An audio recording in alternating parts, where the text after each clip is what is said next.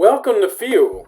Fuel stands for Finance, Unity, Empowerment, Legacy. Join us today as Dennis, Dr. Jackie, and Mac conclude their conversation on the real understanding of money and developing a financial plan, part two. Yeah, and I think that, to respond to what you said, Dr. Jackie, I intensified my efforts to understand money based upon a family situation. Uh, and it was like, all the things that I saw my mom doing years ago, all of a sudden made sense. I think in the same way with Dennis's daughter, that, you know, why would she go to her father for counsel except he obviously laid a foundation? Okay. And that was the way I looked at it. It all came back. My mom, she laid a foundation. And I will argue to this day, the only issue that my mother did not understand was getting more bang for the buck. And she trusted the institution that is meant to enslave her, that being the bank, in order to make financial decisions for her as to where to save that money. And I accused that bank for literally robbing my family of what should have been not 1 million, but millions of dollars, just because it wasn't sitting where it belonged. That was my wake up call. And you guys know, because you guys were instrumental in beginning that fundamental change. We took all of that money that was scattered over 14 different directions. 14 at the same financial institution. Yes, except for one. Except for one. And in fact, the outlier, that one, was the one that was actually getting 5%. Okay? But the other 13 that were within that institution, less than 1% per year, people. And I just looked at that and I said, OMG. That was the legacy that institution robbed my mother, my parents. And I said, that is not going to happen on my watch. That was the shift. That was the wake up call, realizing that because there was an impending death coming, got to think about these things. I'm going to be 59 in November, and do I have a plan? Is there going to be something for my wife if she should outlive me? All of that stuff became a reality. And if the listeners that are listening to this right now, if they don't get anything else out of it, is that you cannot continue to operate in the manner that you're currently doing and expect somehow for there to be some miraculous thing that's going to get you out of debt. For 9 times out of 10 people, it is not going to happen, and you're just going to go down that slippery slope of financial ruin.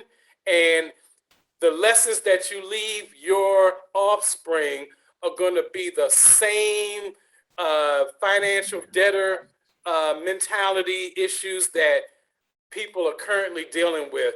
And we do need a mechanism like Fuel, Finance, Unity, Empowerment, Legacy, in order to change the stinking thinking of the society as it stands.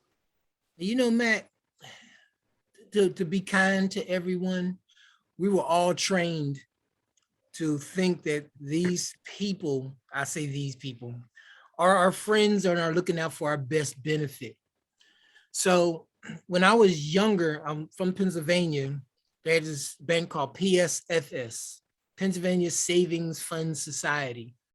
And every Friday, the banker would come to our class and we all had bank accounts. And this is when I was 3 in third grade, second grade. That And was the I had a thing. bank account and we put our little pennies in and he would take it and put it in our accounts and give us, that's when we did little ledgers then, but we're talking pennies. And then you grow up in the commercials on TV, what's in your wallet, and you get indoctrinated into thinking that they're your best friend. Matter of fact, I just got a email about refinancing. I actually got about 20 of them, but I'll just call them as one. Yeah, you need to refinance. You need to refinance. Unfortunately, if you don't understand refinance, you better learn. Refinance is you selling your house back to yourself. So if you got a 30-year and you refinance for another 30-year and you're in your 10th year, that means it's going to take you 40 years to pay your house off. In the first 10 years, you've already given them the value of your house because they hit the interest first. Yeah. It's not like anything else you buy in this world where you pay interest as you go along. Right. You pay the interest first. It's almost as bad as a car loan on simple interest, where it doesn't matter whether you pay them an extra payment or not, they're getting their 3%, 6%, whatever it is in your state. Well, in mortgages, it's even worse because I have people that always brag to me, I got 1%, I got 2%. You got the same 100 to 300% that everyone else has. Take your mortgage and multiply it by 12, then by 10 years, then by 20 years, then by 30 years. If you've only paid $100,000 for the house, you are special. So the whole commercialization of finance is to teach us to trust. I trust my bank. Yeah. I had long time ago, okay, I had $500,000 in Bank of America and I was getting 0.003. I had $500,000 in an annuity and I was only getting like $300 to $400 a year. You could pretty much take that money and lay it under your blanket. And after a year, you'll still have $400,000 and no tax because you got to pay tax on that stuff you get at the bank. So you have to use every tool because bank is not your friend, but it is a tool. I use the bank to pay my bills. I don't have that kind of money anymore. And if I did, I wouldn't tell you. But the truth is, it's like, okay, they have secretaries, they got accountants. I use their secretaries and their accountants. So when it's time for me to do my taxes, they got statements already made up for me. And that's because it's a tool. It's not a safety device. There are way many other things out there that we discuss from time to time that you can use to protect yourself. So my accounting is to let them do the accounting, and it's typically free. So I let them do it. But transferring them ideas, I think Dr. Jackie and I, well, I'm going to put it on her. She's an executor of an estate. Is that how you say it, Dr. Jackie? Yes. And I'm going to just say a little bit, let her finish it off if it's okay. The lady transitioned and now it's a mess because she gave the control of her finances to a non-family member knucklehead. And I don't care if he hears this because it is terrible. The little bit that I know, I don't know if he's changed, but instead of giving the money to the family, who knows what he's doing with it? Closing accounts, the money that was meant to pay the after death taxes. So you have to be careful who you trust. So Dr. Jack, I don't want to go too far because you know this story intimately if you want to carry on, because we all got to face the probate judge. Well, not us, but our heirs and the courts and the tax man. They will all be sitting there at the table when you show up with that will. So not to talk specifics. I am actually not able to do that. Oh, But okay. I'll do it. no, you won't. So, but the point is that there is, and we seem to be swarming around this whole concept of preparation for giving information for our, we call them beneficiaries, our heirs, whatever.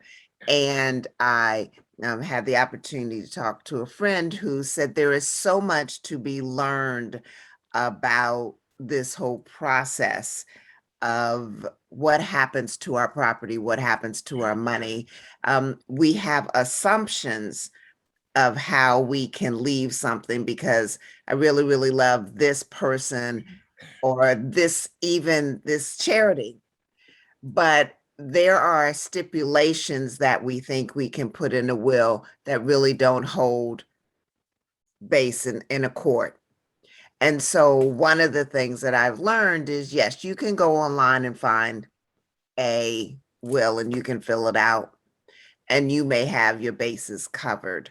But if you have a larger property or a larger, they call it estate, to deal with, you should consult with a lawyer because there are things that are written in the law that you need to understand that aren't just what we think in the head.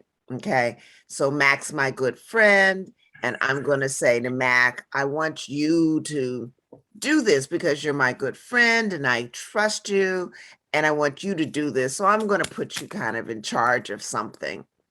Well, you can't stipulate all of those things. You can in a trust, but in a will, it's just handling the greater property that you have.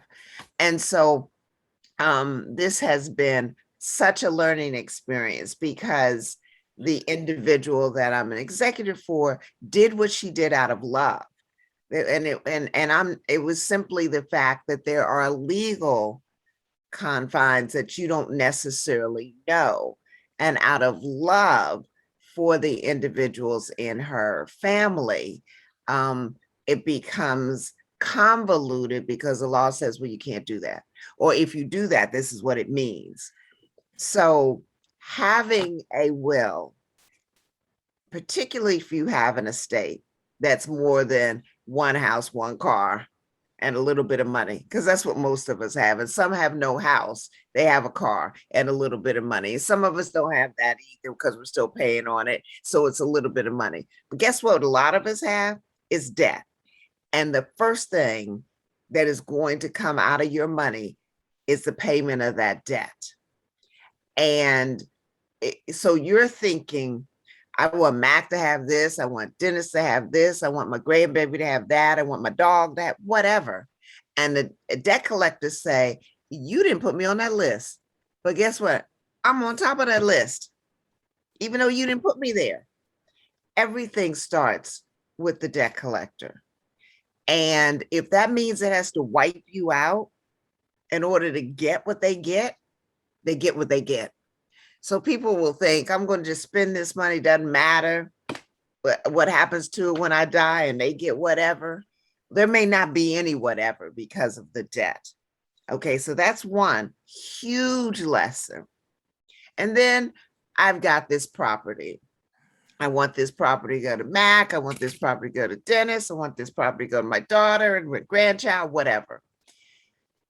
And the court says, you got to pay an inheritance tax for that property.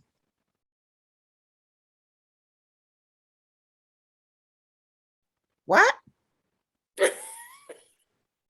I don't have that kind of money. What? I don't have that kind of money. And it's based on fair market value. And it's a certain percentage. And they got it written down. What? No, it's mine.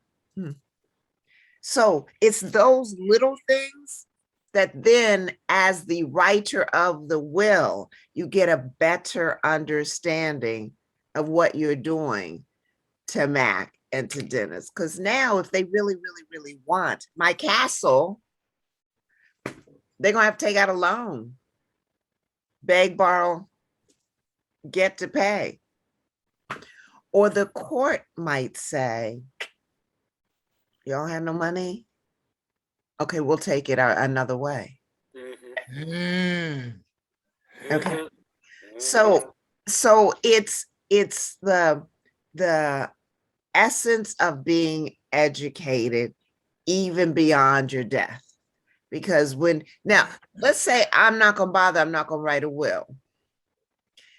So what you're saying then is courts have at it. You make whatever decision you want.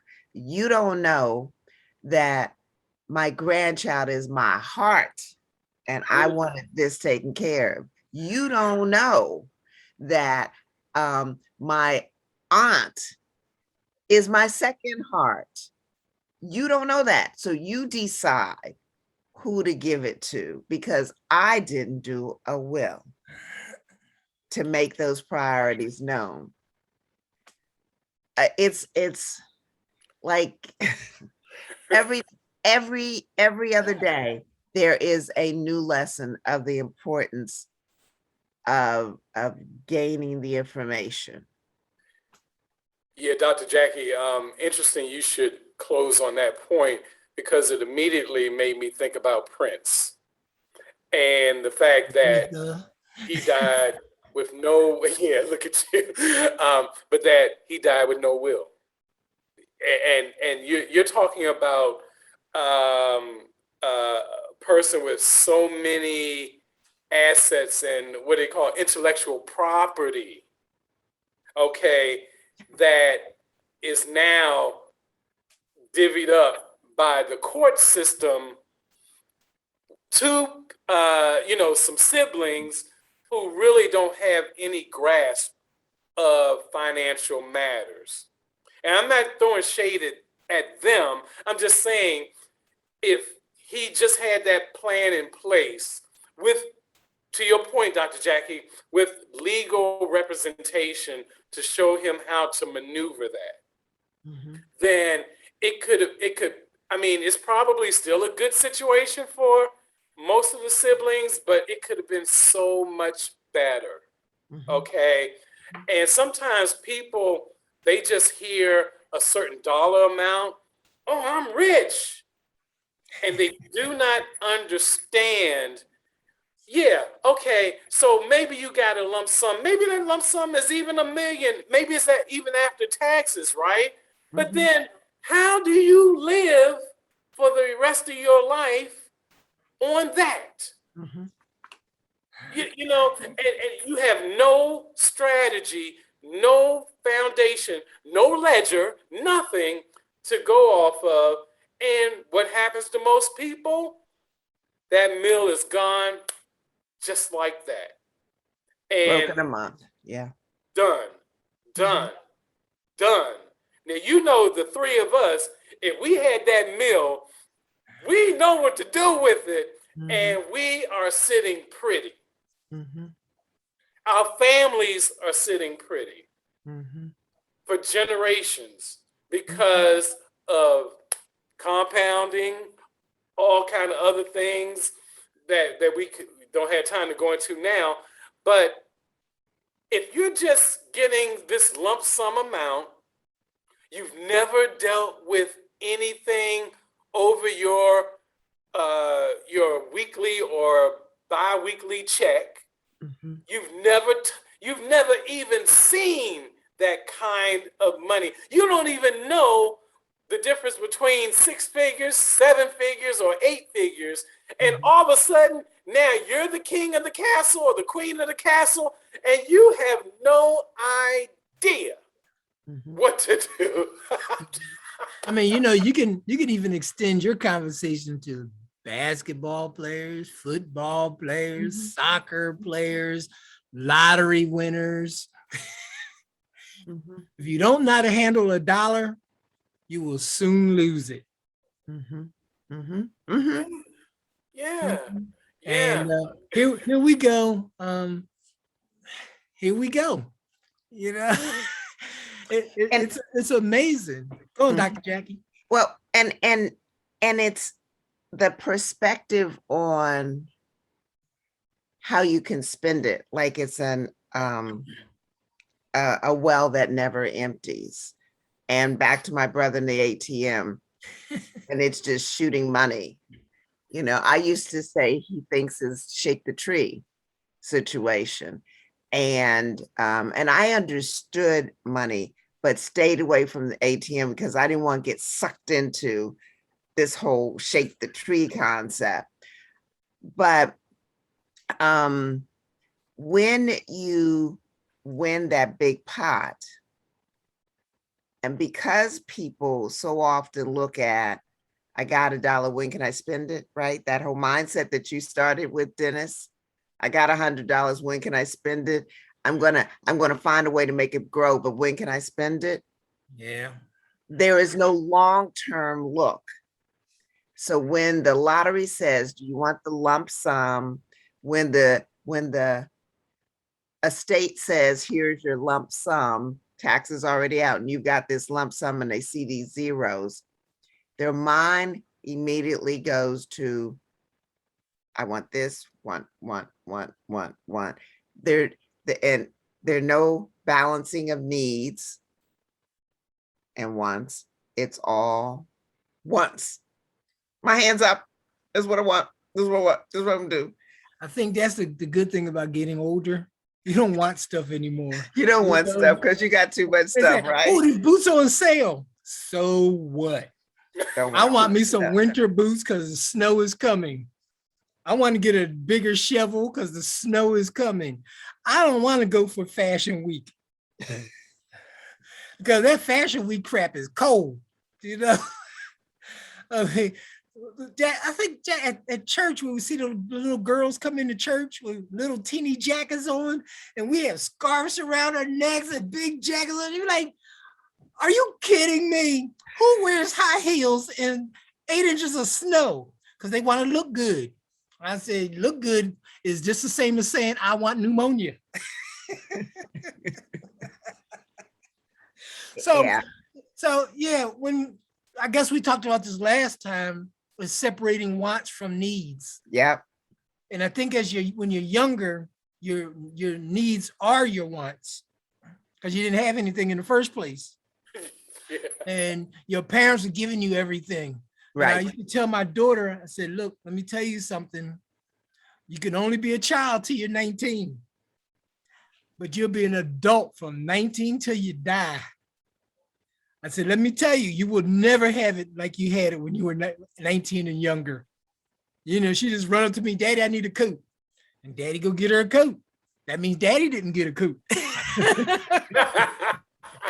Daddy, I need some Jordans. You're not getting Jordans, but I will get you some sneakers. That meant Daddy wasn't getting any sneakers, you know? And it was all about sacrifice because you want your child to have the best. So they grow up and they get their first little job, and you say, well, you got to pay me $50 a week for rent. Ah! Why I got to pay now? I've been living here free all this time. Yeah. And it's all about teaching them responsibility, not that you need the money. You just want to try to get them into the habit because this is a cruel and cold world. Yeah, because most people, they just take that little, rent or whatever, and they just put it in the account for the kids anyway. Anyway, that's what I was going to say. Let me tell you this story. So a relative of mine was saying that 3 kids, a couple of them were in college, moved out, and one moved back. They do, right? And it's okay. This was a while ago. Money was different now, and was spending all of the money they brought in because they at home, right? They were eating mom, dad's food, spending their money they work for. And so mom said, I kind of think it's time for this child to move out and establish. I said, so that's what you want? And I'm Goldie, right? And the mom said, yes. And I said, are you sure? Because I can tell you how to do it. And she said, yeah, I really want to do it. I said, now I'm going to advise you, but you need to be prepared. Don't say, oh, I'm so sad he or she is moving out. Okay, no. So I said, ask him to pay rent. Ask her to pay rent. I said, I know you don't need the money. You put it in an account for the kid. Ask them to pay rent. Now, as you mentioned, that $50, Dennis, whatever rent we charge the child is not going to be what they have to pay out in the real world. It's just not. Okay, even if it's $300 a month, it's not. Where they going to get a place that they feel safe? That's $300. Okay, it's not. She said, is that what? Yes. She asked the child to pay rent. And within 2 weeks, she had found a place, was out of the house, paying like 3, 4, 5 times whatever was. She never told me how much she asked. I didn't care. It didn't matter. Out, paying rent, Now, driving further to go to work. I had the opposite problem, Dr. Jack. I didn't charge my daughter rent. Her girlfriends said, you still living with your daddy? I would have left by now. I said, Dominique, they got to pay rent. You don't have to pay rent. I want you to save your money. Put your money in your bank account. Stop buying blue, black, orange, yellow, pink, gray shoes and save. So when you get out there in the real world, you got some bank. But since peer pressure is way stronger than parental pressure, she got all up in her feelings and didn't even tell me she was moving out. I came home, she wasn't here. My truck wasn't here. It was 2 a.m. and I was frantic. I'm calling her. Finally, she answered the phone. Yes. Where are you? Oh, Dad, didn't I tell you? I moved out a month ago. But my apple pie keep disappearing. And my food keep disappearing. You moved out and didn't tell me. I didn't want you to be upset. Upset? You moved out of a rent-free. Okay, she had the master bedroom with her own stairwell to get in and out the house without no one knowing, including me, because my bedroom's on the opposite side of the house, to an apartment she had to pay $1,200 for. And I'm like, these children don't make no sense. They just don't make no sense. But I know we could talk about this for hours on end. Yeah. The time. I'm not going to even throw my children in the mix. But we'll start with yours next time. Yeah. But I think we should end this on a happy note because the ultimate result is they move out. Yes. Either way, they move out. Yes. So you know what? I'm going to end it on another happy note. And that's one place, excuse me, someplace you started, Dennis. Your daughter said, Daddy, teach me. Okay. So it has taken a while, 30 some years, but we believe that it's not too late to learn. And that's why we bring you this information from our personal experiences, because to let you know we've lived it. We've had these things happen to us where they've overspent or they haven't had a will or whatever. And your daughter said, teach me. I want to learn. Wow. We want you all to learn and pass it on to your children. Thank you for joining us today. Remember to subscribe to our YouTube channel at Fueling Future Generations and reach out to us by email by going to fuelingfuturegenerations2020@gmail.com. Have a great day.